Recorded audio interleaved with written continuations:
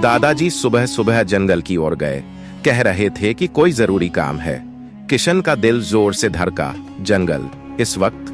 क्या पंडित रमेश कुछ छिपाने की कोशिश कर रहे थे? किशन ने बिना वक्त गंवाए अपनी कुल्हाड़ी उठाई और जंगल की ओर चल पड़ा। सूरज अभी पूरी तरह उगा नहीं था और जंगल में एक हल्की सी धुंध छाई थी। पेड़ों की छायाएं लंबी लंबी थीं और हवा में एक अजीब सी ठंडक थी। किशन का मन बेचैन था, लेकिन उसने हिम्मत नहीं हारी। वह उस तालाब की ओर बढ़ा जहां मालती उसे पहली बार मिली थी। तालाब के पास पहुंचते ही किशन ने देखा कि वहां कोई था। एक काले कपड़े में लिपटा हुआ साया जो तालाब के किनारे बैठा कुछ बुदबुदा रहा था। किशन ने धीरे से पास जाकर देखा। यह पंडित रमेश थे। उनके सामने एक छोटा सा हवन कुंड था जिसमें आग जल रही थी। पंडित मंत्र पढ़ रहे थे और उनके हाथ में एक पुरानी तस्वीर थी। किशन ने चुपके से देखा। यह मालती की तस्वीर थी। किशन को गुस्सा आ गया। वह आगे बढ़ा और बोला, पंडित जी, यह सब क्या है? आप यहाँ मालती की तस्वीर लेकर क्या कर रहे हैं? पंडित चौंक गए। उनकी आंखों में डर साफ दिख रहा था। किशन, तू यहाँ क्या कर रहा है? उन्होंने हकलाते हुए कहा। किशन ने गुस्से में कहा, मैं सच जानना चाहता हूँ। आपने मालती की हत्या में हिस्सा लिया था। अब यहाँ क्या करने आए हैं? उसकी आत्मा को और सताने? पंडित ने सिर झुकाया और धीरे से कहा, किशन, तू नहीं समझेगा। मैं उस रात मजबूर था। ठाकुर बलदेव सिंह ने मुझे धमकाया था, लेकिन मैंने मालती को नहीं मारा। मैंने बस चुप रहकर उसका गुनाह देखा। किशन का गुस्सा और बढ़ गया। चुप रहना भी गुनाह है? पंडित जी, आपने एक बेकसूर लड़की को मरने दिया और अब मंदिर में बैठकर भगवान का नाम लेते हो। पंडित की आंखों में आंसू थे। उन्होंने कहा, मैं हर दिन उस गुनाह का बोझ ढोता हूं किशन, इसीलिए मैं आज यहाँ आया। मैं मालती की आत्मा को शांति देना चाहता हूँ। किशन ने पूछा, तो फिर सच बताओ, उस रात क्या हुआ था और तीसरा आदमी कौन था? पंडित ने गहरी सांस ली और बोले, तीसरा आदमी, वह ठाकुर का छोटा भाई था, रणवीर सिंह। किशन हैरान रह गया। रणवीर सिंह? वह तो अब गांव में नहीं रहता था। लोग कहते थे कि वह शहर चला गया था और अब वहां एक बड़ा व्यापारी बन चुका था।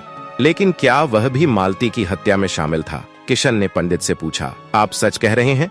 रणवीर सिंह अब कहाँ है? पंडित ने कहा, वह हर साल गांव आता है और इस बार वह कल रात ही गांव लौटा है। किशन का मन अब और बेचैन हो गया।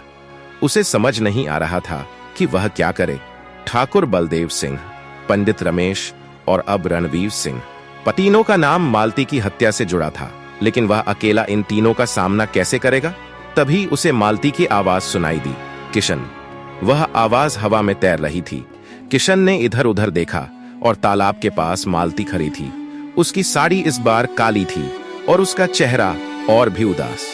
मालती, किशन ने कहा, मुझे सच पता चल गया है, लेकिन मैं अकेला इन लोगों से कैसे लड़ूंगा? मालती ने कहा, तुम अकेले नहीं हो किशन, मेरी शक्ति तुम्हारे साथ है, लेकिन तुम्हें एक काम करना होगा। रणवीर सिंह के पास एक डायरी है जिसमें उसने उस रात की सारी बात लिखी है। वह डायरी ठाकुर की हवेली में है। तुम्हें वह डायरी ढूंढनी होगी। किशन ने पूछा, लेकिन हवेली में कैसे घुसूं? वहां तो गुंडे हैं। मालती ने कहा, आज रात जब गांव में मेला होगा, ठाकुर और उसके गुंडे वहां होंगे।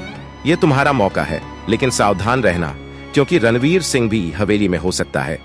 किशन ने हिम्मत जुटाई और कहा, ठीक है मालती, मैं यह करूंगा।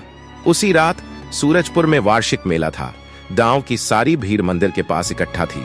ढोल नगारों की आवाज हवा में गूंज रही थी और लोग नाच गाना कर रहे थे। किशन ने इस मौके का फायदा उठाया। वह चुपके से ठाकुर की हवेली की ओर बढ़ा। हवेली के बाहर सिर्फ एक पहरेदार था जो मेले की आवाज सुनकर उधर ही ध्यान दे रहा था। किशन ने चुपके से दीवार फांद दी और हवेली के पिछले दरवाजे से अंदर घुस गया। हवेली अंदर से और भी भव्य थी। दीवारों पर पुरानी तस्वीरें थीं और हर कोने में एक अजीब सा सन्नाटा। किशन ने सोचा, डायरी कहाँ हो सकती है। उसने ठाकुर के कमरे की ओर बढ़ना शुरू किया, लेकिन तभी उसे एक कमरे से हल्की सी रोशनी दिखी। वह धीरे से उस ओर गया। कमरे में रणवीर सिंह बैठा था, एक मेज पर। उसके सामने एक पुरानी डायरी थी और वह कुछ पढ़ रहा था। किशन का दिल जोर जोर से धड़क रहा था। उसने चुपके से कमरे में कदम रखा, लेकिन जैसे ही उसने डायरी की ओर हाथ बढ़ाया, रणवीर सिंह ने पलटकर उसे देख लिया। कौन है? रणवीर ने गुस्से में चिल्लाया। किशन ने लॉकेट निकाला और कहा, यह पहचानते हो? मालती का लॉकेट। रणवीर का चेहरा सफेद पड़ गया। तू तो कैसे? वह हकलाने लगा। किशन ने हिम्मत से कहा, मुझे सब पता है। तुमने, ठाकुर और पंडित ने मालती की हत्या की थी और यह डायरी उसका सबूत है। रणवीर ने हंसते हुए कहा, तू एक बच्चा है किशन, तुझे लगता है तू हमें रोक सकता है? उसने अपनी जेब से एक चाकू निकाला और किशन की ओर बढ़ा। तभी कमरे में एक तेज हवा का झोंका आया। दिए की लौ बुझ गई और अंधेरा छा गया। किशन ने देखा कि मालती वहां खड़ी थी। उसकी आंखें अब आग की तरह जल रही थीं। रणवीर, उसने कहा, तुमने मुझे मारा, लेकिन आज तुम नहीं बचोगे। रणवीर डर से कांपने लगा। उसने चाकू फेंक दिया और चिल्लाया, मुझे माफ कर दो मालती, मैं मजबूर था। मालती ने कहा, मजबूर? तुमने मेरे सपनों को कुचल दिया, मेरी जिंदगी छीन ली। अब समय आ गया है। उसने किशन की ओर देखा और कहा, डायरी ले लो किशन, और इसे गांव वालों को दिखाओ। किशन ने डायरी उठाई और बाहर की ओर भागा। रणवीर ने उसका पीछा करने की कोशिश की, लेकिन मालती की शक्ति ने उसे रोक लिया। कमरे में एक तेज चीख गूंजी और फिर सन्नाटा छा गया। किशन मेले में पहुंचा, जहां गांव वाले इकट्ठा थे। उसने डायरी खोली और जोर जोर से पढ़ना शुरू किया। डायरी में रणवीर ने सारी बात लिखी थी। कैसे ठाकुर ने मालती को अपने प्यार में फंसाने की कोशिश की थी, कैसे मालती ने मना किया, और कैसे ठाकुर, रणवीर और पंडित ने मिलकर उसकी हत्या की थी। गांव वाले हैरान थे। कुछ की आंखों में आंसू थे तो कुछ गुस्से में चिल्ला रहे थे। ठाकुर मेले में मौजूद था। उसने किशन को रोकने की कोशिश की, लेकिन गांव वालों ने उसे घेर लिया। ठाकुर, तुमने हमारे गांव को कलंकित किया, एक बूढ़े आदमी ने चिल्लाया। पंडित रमेश भी वहां पहुंच गए। उन्होंने सिर झुकाकर कहा, मुझे माफ कर दो गांव वालों, मैं गुनहगार हूं। पुलिस को बुलाया गया।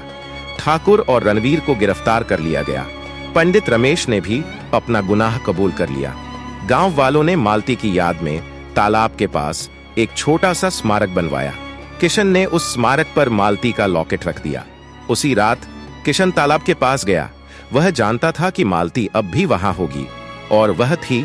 इस बार उसकी साड़ी चमक रही थी जैसे तारों से बनी हो। उसका चेहरा शांत था और उसकी आंखों में एक सुकून था। किशन, उसने कहा, तुमने मेरा वादा निभाया, मेरी आत्मा अब आजाद है। किशन की आंखों में आंसू थे। मालती, तुम अब कहां जाओगी? उसने पूछा। मालती ने मुस्कुराते हुए कहा, कहीं नहीं, मैं अब इस जंगल का हिस्सा हूं, लेकिन अब मैं भटकती नहीं, मैं शांति में हूं। उसने किशन का हाथ छुआ और उसकी उंगलियां ठंडी थीं जैसे सुबह की ओस। फिर वह धीरे धीरे हवा में गायब हो गई। किशन की जिंदगी अब बदल चुकी थी। गांव वालों ने उसे एक नया घर दिया। वह अब सिर्फ एक लकड़हारा नहीं था, वह उस गांव का नायक था जिसने एक बेकसूर आत्मा को न्याय दिलाया। लेकिन हर रात जब वह अपनी झोपड़ी में लेटता, उसे मालती की वह चमकती आंखें याद आती थीं। वह सोचता, क्या मालती सचमुच चली गई, या वह अभी भी इस जंगल में कहीं है, मेरी हिफाजत करती हुई।